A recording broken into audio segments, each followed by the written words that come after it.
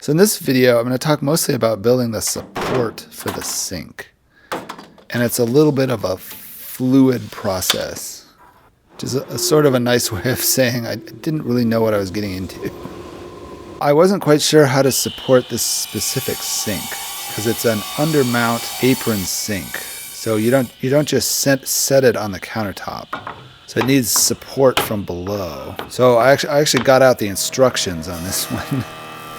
It has you make 2 side supports for the sink that the sides of the sink sit on.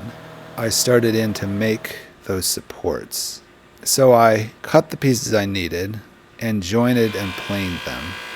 And it didn't seem like I wanted to just use 2x4s, as you'd see the inside of the cabinet when you look under the sink. I had an extra piece of maple that I used. In making the pieces for the supports, I made everything a little bit longer than I was going to need. When I started to attach the legs to the horizontal piece, I started to have to get specific to the size of the cabinet. I marked where I thought the legs should go. I wondered about how to make the joint between the leg and the beam piece. And it seemed like the quickest and easiest way to do it would just be to use the panorouter to make a mortise and tenon. So that's what I went ahead with. Once you get it set up, it goes fairly quickly. I think it's funny that I'm doing this in the shadow of my old beautiful mortiser. That really should be doing this job. But with this, I can do both the mortise and the tenon. So now I'll cut the tenons. For the tenons, the guide just tracks around the outside of the mortise and tenon jig. As far as the direction to move the bit around the tenon, it felt better to go counterclockwise. As far as the bit not wanting to climb on the material.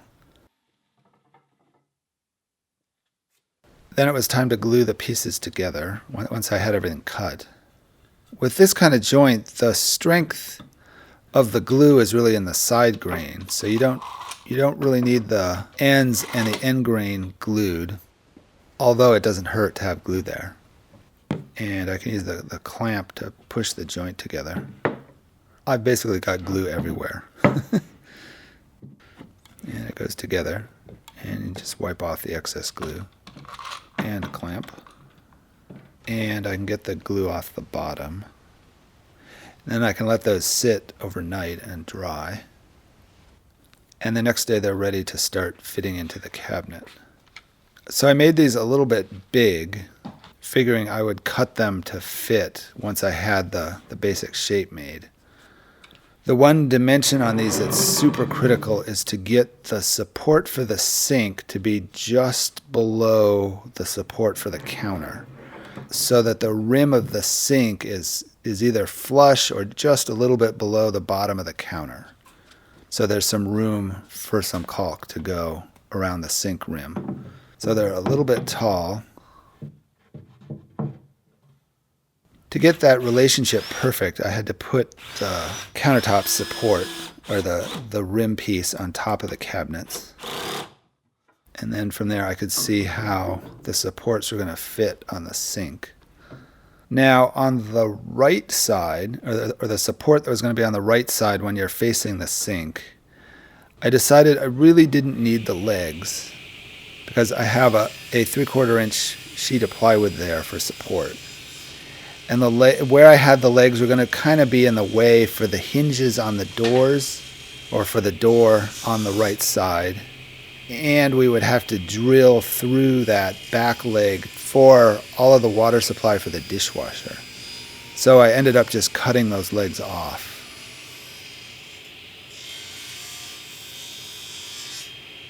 And the length of the support had to be shortened a little bit to get it to fit in the cabinet. So I'm cutting off the back of the support. And then the back lip of the cabinet has a little piece of wood at the rim. So I needed to cut out a little notch in the support for that. And then I attached it first with 2 screws to see if my height was correct. This is the one relationship that has to be perfect. And it seemed to be good. It's easy to check with a straight edge.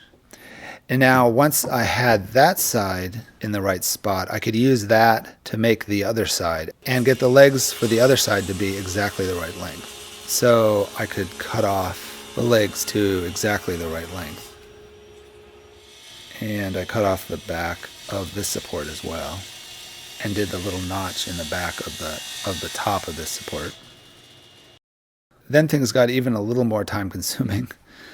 Hi. So I have a problem which is completely of my own making. I should have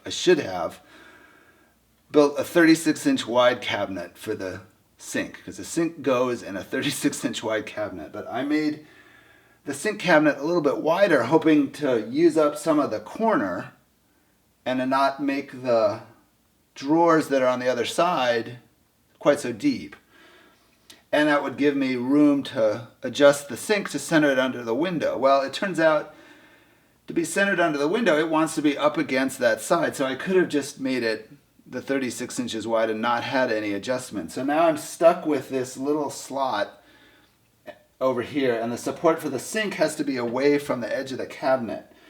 So I have to deal with what to do with this slot, which I really didn't think was going to be an issue or much of a problem, but what I'm realizing is how the hinges attach for the doors on this side.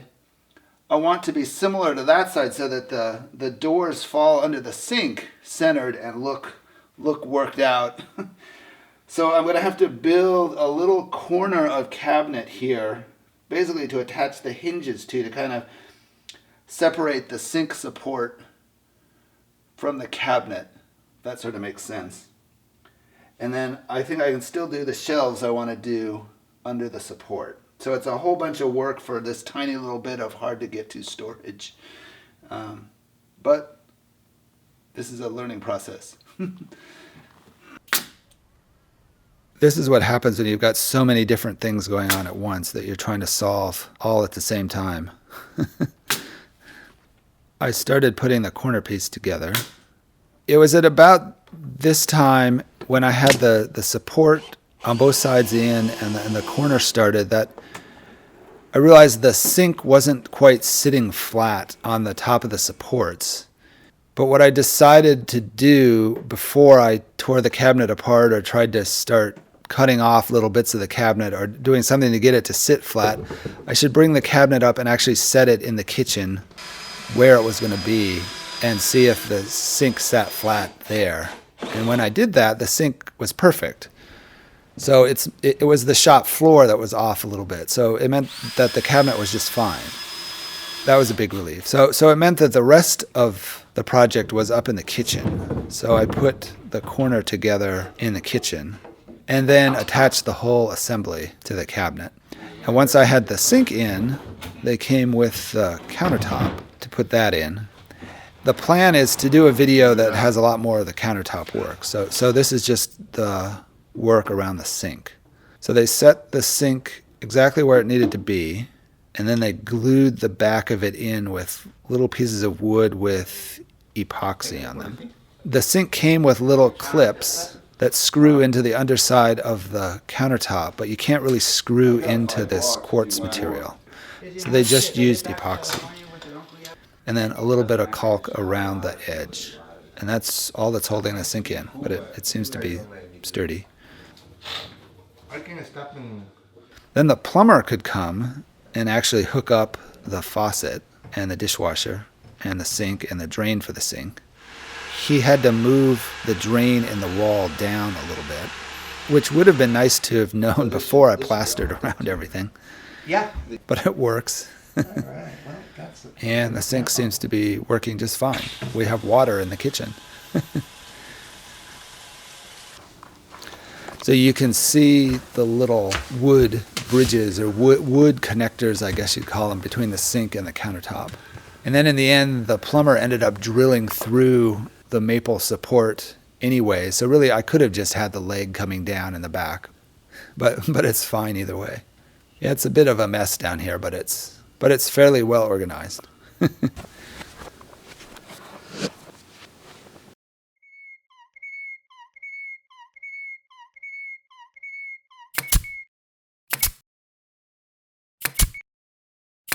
Thanks for watching.